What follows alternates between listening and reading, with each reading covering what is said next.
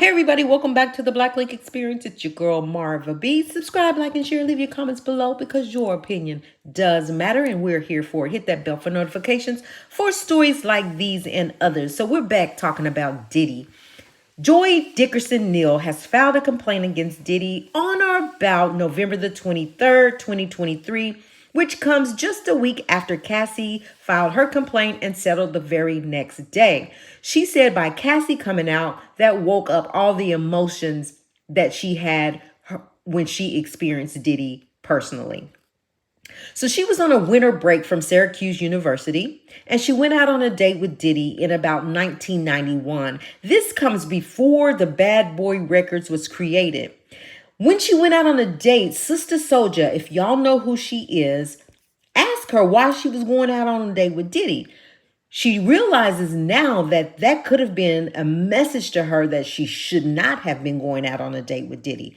Anyway, she went out on a date with Diddy. Diddy asked her to go run some errands with her. She did that. They stopped and she went to the restroom. She left her drink unattended, according to her court records. When she got back in the car, Diddy had rolled a blunt. She hit that blunt and she said that she instantly felt, her legs felt wobbly or numb or whatever. And then they proceeded to a home where Diddy was staying. She said that they went in, I guess, and whatever happened. Allegedly, he violated her. And the next thing she knew, Devontae from Jodeci was telling her that he saw a actual tape of her and Diddy. And she was like, oh my God, oh Lord, who saw this tape? And he said, everybody. So then she said she didn't actually go to the authorities immediately, but she did tell her best friend about it the very next day. She also mentions that her boss at Stress Management told her that Diddy had wronged her. Devontae was one of the group members of Jodeci, so he didn't want to come forward because he didn't want to lose his contract, the Jodeci contract that was under Diddy, that was Diddy's group at the time. So he wasn't going to say anything. And there were other people, she said, that saw or witnessed but wouldn't come forward because they were either scared of Diddy or they did not want to be uninvited to the Diddy parties. She had also said that she was working during COVID. She was working on this digitizing a diary, but she abandoned it because it brought too many memories back. You know that she had close proximity to Diddy because she was in a video with him, and there's other photos of her with Diddy. However, she says Diddy later on confronted her, got on his knees and was like, please, do not believe it. I did not do these things to you or whatever. So he was trying to plead his case. But she went ahead and she has now filed against Sean Diddy Combs. There's a litigator by the name of Robin Nunn who was on an interview about this particular story. Yeah, I think that this is an extremely difficult case, besides the fact that it's so personal and involves such a sensitive act and crime. But just the sheer duration and time that has gone on since this happened makes it really hard to bring in evidence. And she's saying that, this is a difficult case. She's saying that, it first of all is 30 years old. It would be difficult to bring the evidence forward, and then are people that actually saw this going to come forward? It would help her if people that actually saw it was there or viewed the videos. That would be a help, but it's still going to be somewhat of a difficult case. One of the questions was to Robin Nunn was if they thought that the feds had something against Diddy that they're going to bring forward. And let's just remember, he has come out and said he is innocent, that none of this is true. He hasn't been charged with anything. So these are all just allegations right now, but he is denying all of it. But this litigator, Robin Nunn, is saying that she's probably a part of the minority group that believes that possibly the feds, don't really have anything on Diddy. Things have been awfully quiet since the raid. Does that say anything to you, or do you think they're just the feds are working on this? It might take time to evaluate anything that was seized. What's your opinion on that? Yeah, I mean, I might be in the minority about this, but I think that it speaks volumes.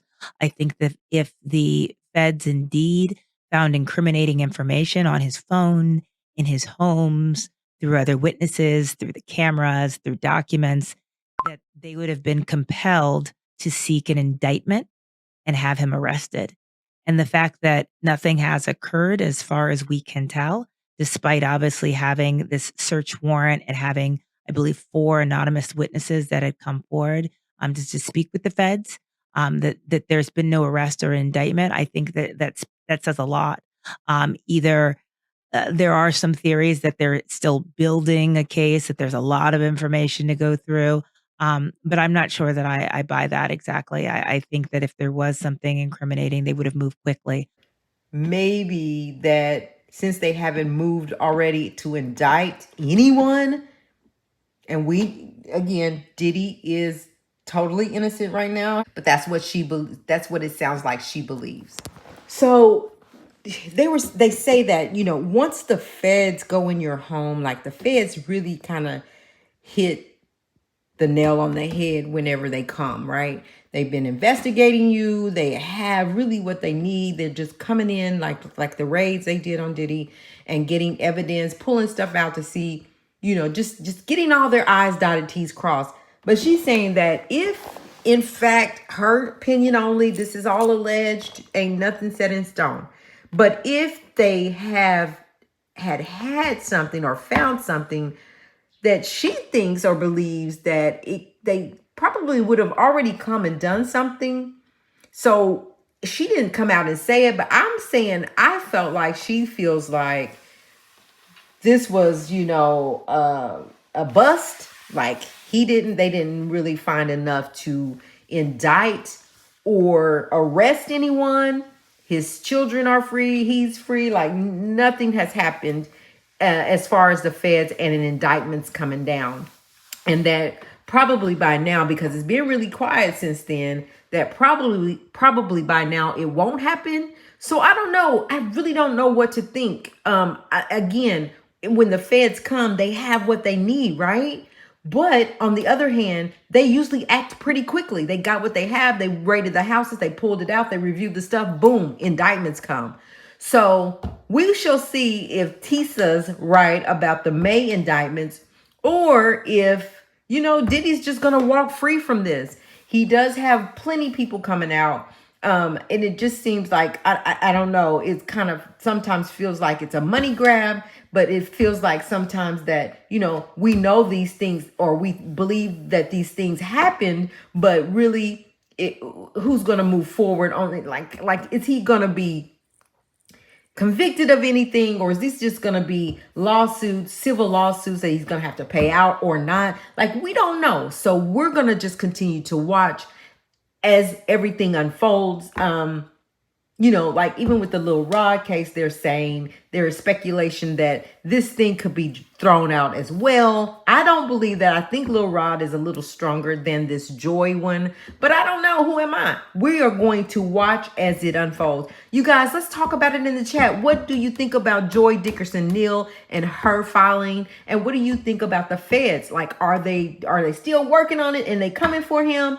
Or do we think this was a bust, that everything's gone? And if it is it because the powers that be that saved him? Or is it just because they just didn't find nothing? Let me know what you think. This is the Black Link Experience. It's your girl, Marva B. Subscribe to the channel, share the video, hit the like button. We'll see you soon.